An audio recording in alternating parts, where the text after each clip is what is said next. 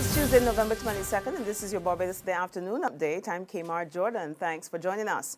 We begin with news from Parliament, where the regional airline LIAT has been the talking point all morning as lawmakers debated a resolution for supplementary estimates. As he led off debate, Finance Minister Chris Sinclair noted that Barbados has been investing substantial sums of money into the cash-strapped regional airline.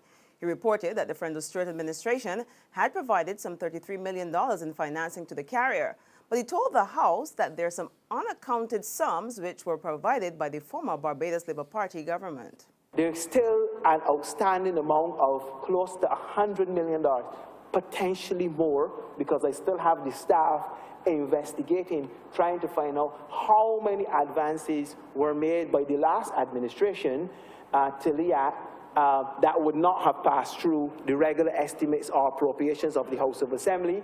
And once those have been, that information is ready and collated and calculated, I give the House and the public the assurance that we will bring it to Parliament, have it properly booked in the system so that the public records would reflect that it was laid. Opposition St. Michael North MP Ronald Toppin expressed concern about the level of funding being provided to LIAT. He complained that the airline continues to grossly underperform, and it was time Barbados make some serious decisions. LIAT has been now subsidized for some 42 years, and really it needs now to become a low-cost and efficient model carrier. It's really high time, Mr. Chairman, that serious decisions are taken in relation to LIAT. So the time has come where we cannot any longer shelve the needs to take some very serious decisions in relation to LIAT. We, sir, as a country, certainly in Barbados, sir, we are not getting the maximum financial returns on these extensive sums that, yes, both administrations over the years have injected into LIAT. And I have heard, sir, we need to get some returns for this investment. However, Prime Minister Friend Stewart says Barbados, the major shareholder of LIAT, has good reason to stand behind the carrier. He was insistent that LIAT remains critical to the region's development. If you want to run a commercial airline, we could reduce all the flights and just look at the arithmetic. But they're actual flesh and blood people who board LIAT aircraft every day every week in the Caribbean and move across this region because we're trying to keep the region together, and LIAT is the only airline that has done it over the last 6 years. Only airline that has done it over the last 6 years. The honorable member saying it should be making a profit. Yes, we want everything to make a profit. The transport board should be making a profit too, but if we had it making a profit, a lot of the people who are facilitated by it from day to day could not get any public transport in Barbados.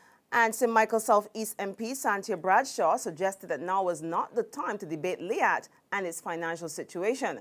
She argued that there were far more pressing issues for government ministers to bring to the country's attention, including concerns about the recent Auditor General's report. I believe that this administration should be more concerned about what has presented itself, if they're going to talk about Auditor General reports, what has appeared in the last special audit of the Auditor General's report for the National Housing Corporation, and perhaps should spend some time explaining to this country how it is that the substantial sums that were approved for the construction of the Grotto and the Valerie projects have moved from the amounts that were approved of $15 million in the case of Valerie to $22 million, and in the case of the Grotto from 18 to 27 million. If we are going to start playing the politics in here this morning on this debate, and we're going to start referring to Auditor General reports, then I believe that we need to have a frank discussion, and instead of members on the other side being silent on these issues that are current, perhaps members also need to let us delve into Auditor General reports in a very serious way. In other news, this Tuesday, an earth tremor occurred just southwest of Barbados in the wee hours of this morning. According to the Trinidad-based Seismic Research Center of the University of the West Indies, the tremor, which had a magnitude of 4.2, occurred just 12 minutes after midnight. It was located at 12.82 degrees north and 59.82 degrees west with a depth of 16 kilometers. There's regional and international news after this short break. Read all about it, read all about it. Get your paper, only $2.25, let's get your paper. You again with that stale news from yesterday. I got the Barbados Today app on my phone and I just get my news for free. What do she? The Barbados Today, news you can trust. But Maisie, this Christmas will be the best Belgian Christmas for we. Maisie, it is all because Republic Bank just like Santa Claus. Maisie, fix up the kitchen and a new TV we getting. A special time to commemorate. Republic will help you celebrate. Get ready to celebrate 50 years of independence right through to the best Bajan Christmas ever with a Make It Happen loan of up to $50,000 from Republic Bank. Give your home a good old Bajan spooser, buy some new furniture and appliances, or take an after-holiday trip to visit loved ones over and away. You could also be one of our lucky winners to share in fabulous prizes. Just visit any branch to apply. Go to republicbarbados.com or call us at 227-2700. We're also available via Skype and FaceTime. Special conditions apply. In Bajan style, it will be great with Republic Bank. Republic Bank, we're the one for you. These papers is selling at all. Get your paper. Only $2.25, get your paper. Get your paper, miss. Look, take it, I can pay for it. Barbados Today all the way.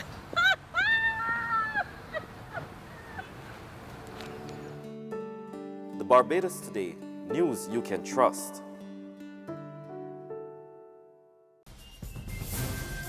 On the regional scene in Trinidad and Tobago, Acting Commissioner of Police Stephen Williams wants political parties to publicly denounce acts of violence in the political hustings.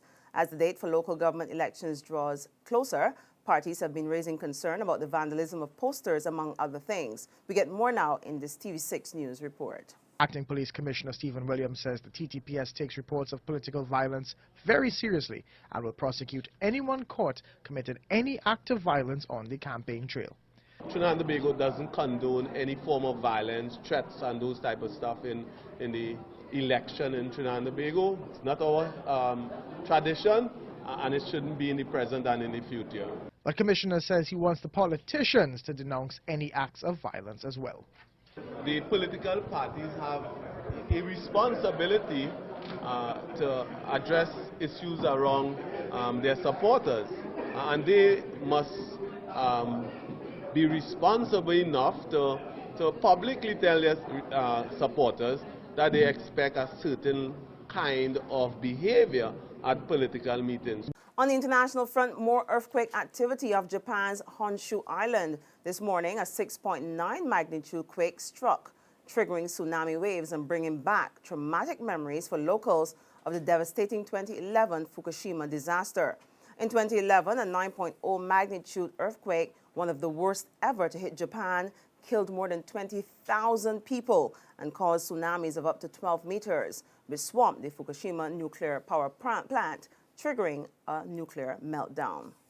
Well, that's news and sports at this hour, but for more, you can log on to www.barbadostoday.bb. You can also subscribe to our e-paper, our email updates, or you can like us on Facebook. And of course, if you're moving around Barbados today, you can check us out on Izumi Media and bus terminals, or Screenplay in a supermarket or a gas station near you. Also, we're on Channel 99, that's on Flow TV and Mix 96.9 FM. I'm Kamar Jordan. Have a fabulous afternoon and be sure to join us later on this evening for our next update.